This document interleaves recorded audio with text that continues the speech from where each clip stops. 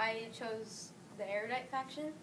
So first is my map. So the name of my nation is Mensa, and there is a high IQ society in our world today called Mensa. So I thought that would be a creative name to do for Erudite.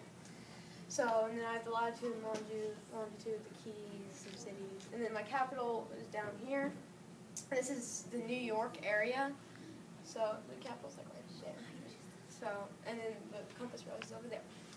So that's my geography. So I thought that would just be a good area because there should be more intact in New York City than anywhere else because there's already so many buildings there.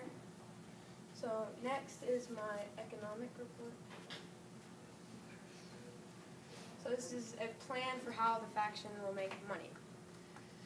So it's a mixed economy, but it is leaning towards command. It's more so command than market, but it is still mixed. So there are,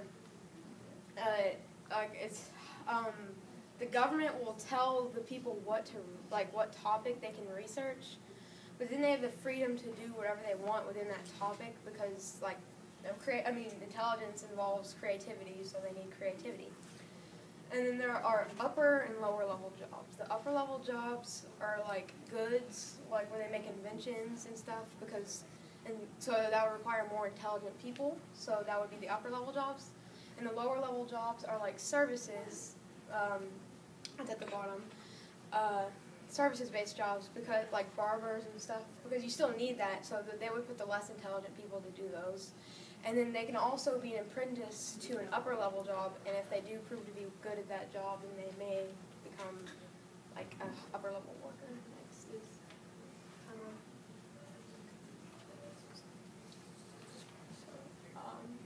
So I made this on Powtoon, and then I'll let you read it. I'll say some of it, but mostly for you to just press play. So 5 events about the Erudite faction and their plans for the future. So number 1 is the faction war, and this is just, they know that there's probably going to be a war if they leave, so they just planned ahead, and they already knew where they were going to go. And here's a picture. Next is migration, because they want independence from the other factions, because they believe that they're the best faction and they want independence. So this is the walk to the new area. So next is the establishment of government. So this is whenever they establish their government in their new area of New York City. So and then they establish it under one person. So next is the invention, and it's like an intelligence booster because they have a prototype and they know that they can finish it once they get to this new area. So it'll help increase their brain power. Number 5 is the Treaty of Cooperation. So it's a treaty with Amity to trade things to help them get crops, and they'll give them food and stuff. Created using Powtoon. Next is my culture.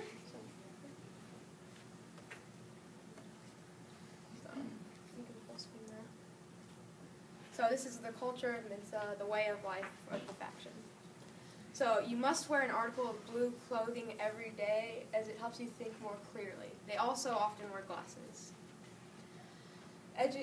They are expected to study on their own as well as in school. I mean, it doesn't matter what age you are, adults and children alike all study. Their biggest emphasis on life is on learning.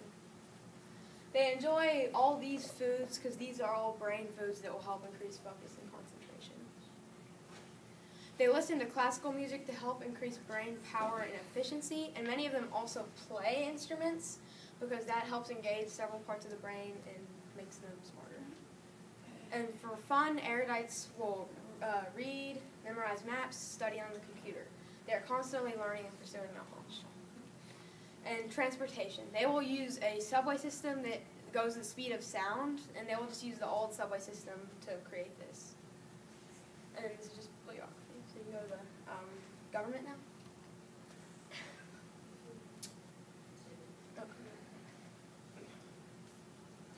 So it's an absolute monarchy based on the 5 values of the Erudite faction: intelligence, education, curiosity, problem solving, and community connection.